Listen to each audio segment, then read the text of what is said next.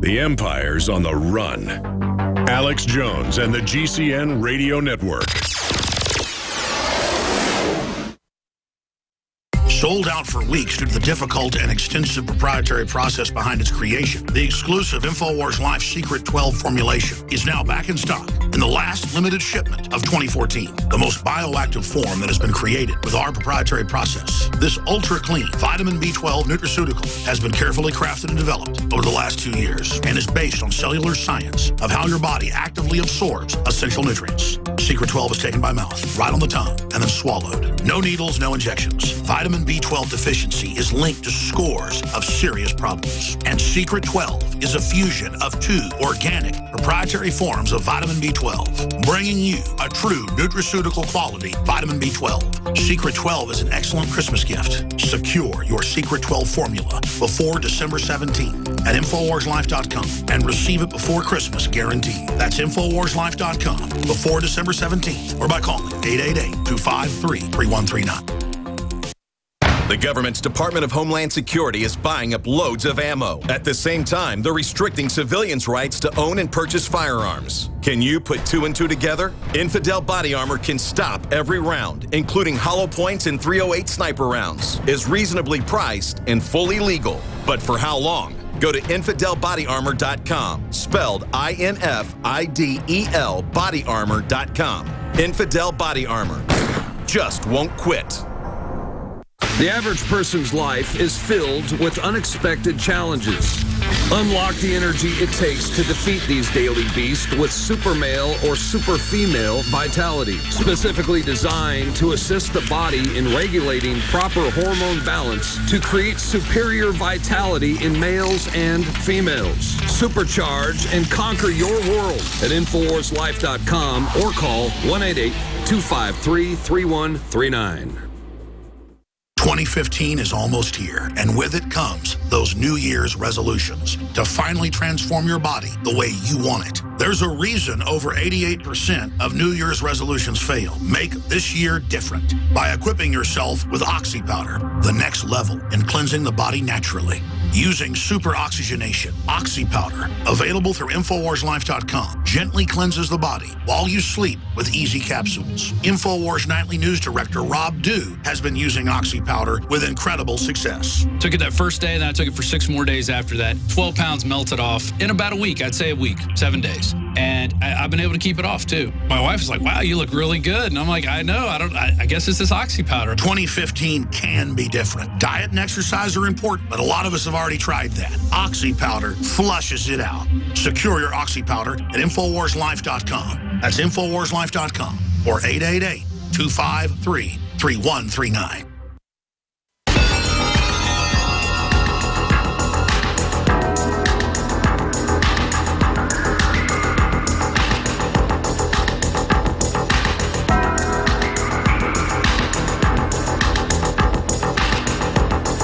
If you are receiving this transmission, you are the Resistance.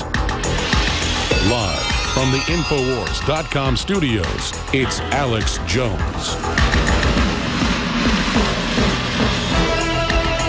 Welcome back to the Alex Jones Show. I'm David Knight, and we have Paul Joseph Watson joining us from the UK. We're going to be going back to your phone calls. Before we do, I want to let you know that we have the first sale ever of Survival Shield X2. It's the first time it's ever been on sale, and it's a great sale. We've got it for 17% off plus free shipping.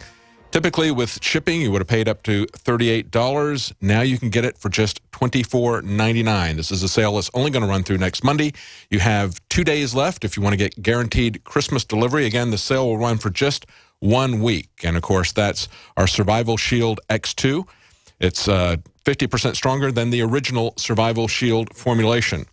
Paul, let's take some calls. Let's go to Slim in Canada. Slim, you had a comment about ISIS. Go ahead. Oh, he has. Okay, he's dropped off. Let's go to Kevin in West Virginia. Go ahead, Kevin. Hey, Mr. Knight, and hey, Mr. Watson.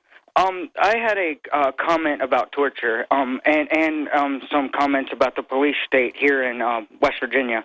My first comment about torture is 2 wrongs don't make a right, but I guess under this establishment and under Common Core that 2 wrongs do make a right. And about the police state in West Virginia, I called the West Virginia State Police and the Martinsburg City Police, which is in Berkeley County in the eastern panhandle of West Virginia. When I called the State Police of West Virginia and asked them about the MRAP vehicles, the lady on the line told me that it was for finding marijuana in the woods of West Virginia. And of course, I had to laugh and was like, "Come on, lady, this is absolutely absurd."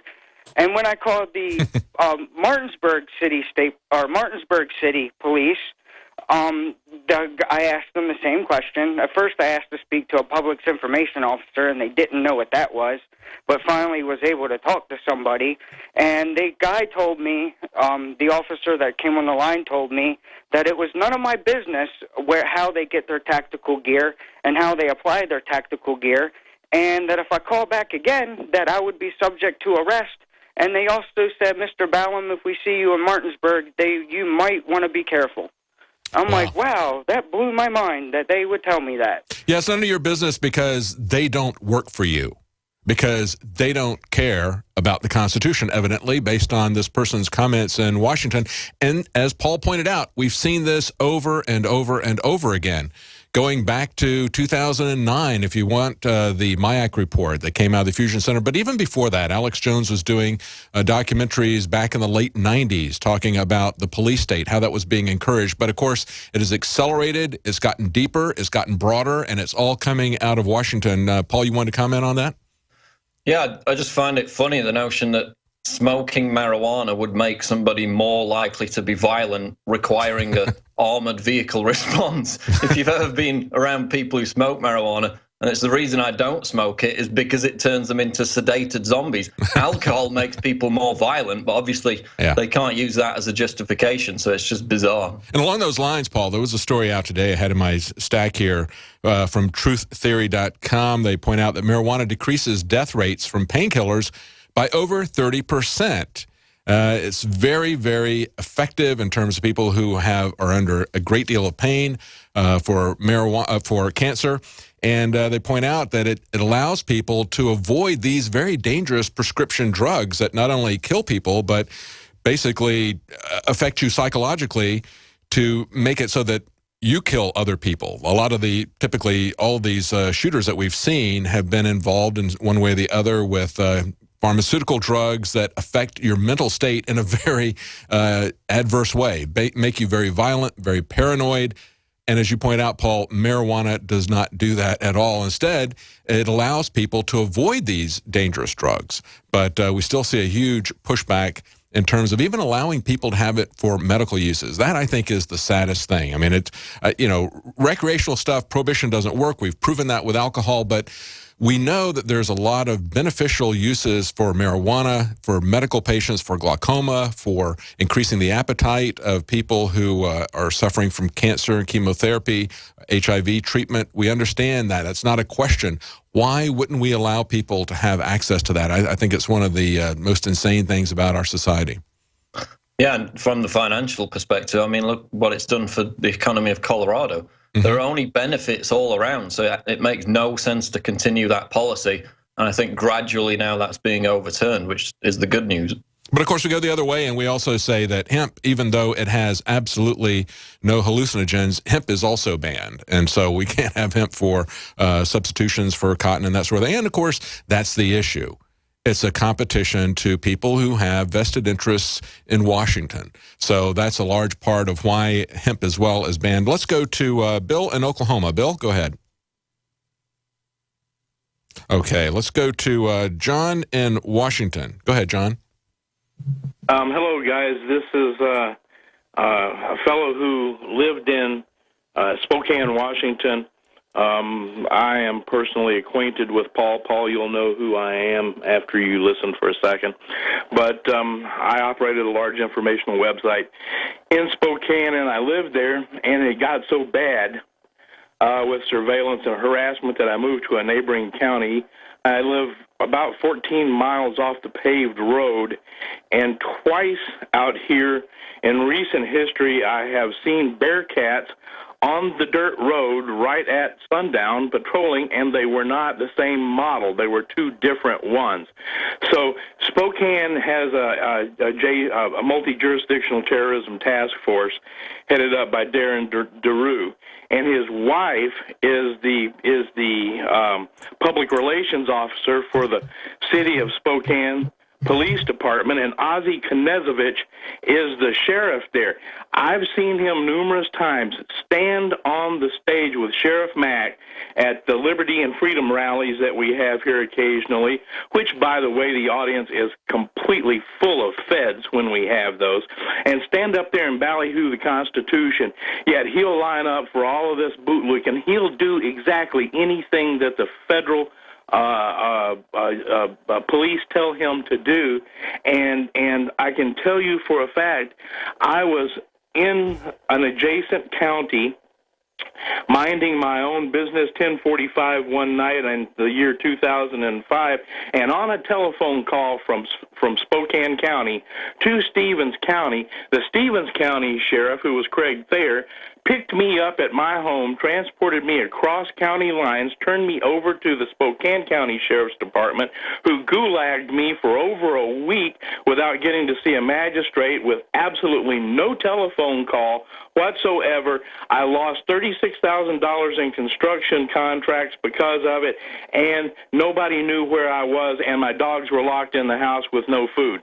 So I can tell you for a fact that Spokane County not only handles Spokane County like a commissar, they actually dictate to Stevens County, Pend Oreille County, Ferry County, all of the adjacent counties, Lincoln County, whatever Spokane says, they will do it. That's very interesting, John, because of the comments that we finally got from the Spokane Police Department, where they said that those comments were taken out of context and that it was essentially a cheap shot. No, really, you can look at that clip, go to the article that we got up on Infowars.com. You can see the short clip for yourself. You can see that it's not out of context. We should play that again, guys. You can see that that clip is not out of context. And, of course, the bigger context is that this is going on across the country, and it's coming out of Washington through the FBI, through Homeland Security, through their training programs, through the military's training scenarios. We've reported on this over and over again. That's the context. But you can clearly see, and let's play that clip again really quick. Can you guys got that ready?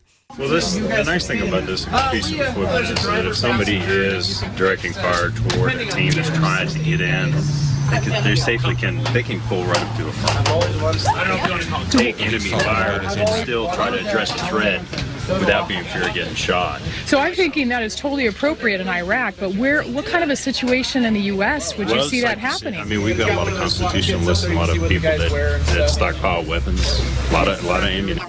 I mean, we've got a lot of constitutionalists and a lot of people that stockpile weapons, a lot of ammunition. They have weapons here locally.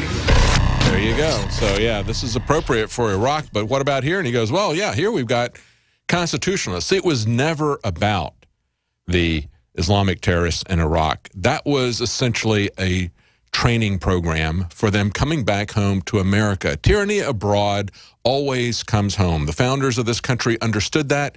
If we have a government that is no longer constrained by the Constitution but comes after constitutionalists, that's the danger, and that's what it always turns into. We have developed a militarized standing army. That's what this program is all really about, and that's clearly come home. You have any comments, Paul? Yeah, when he says stockpiling weapons, that means owning guns. I mean, I've seen cases before where they raid somebody for stockpiling weapons, and the guy owns like 3 or 4 guns. Mm-hmm. So it's crucial to understand what they actually mean when they say that. Also, you talked about it coming out of Washington. After Ferguson, Obama came out with all this rhetoric against the militarized police state.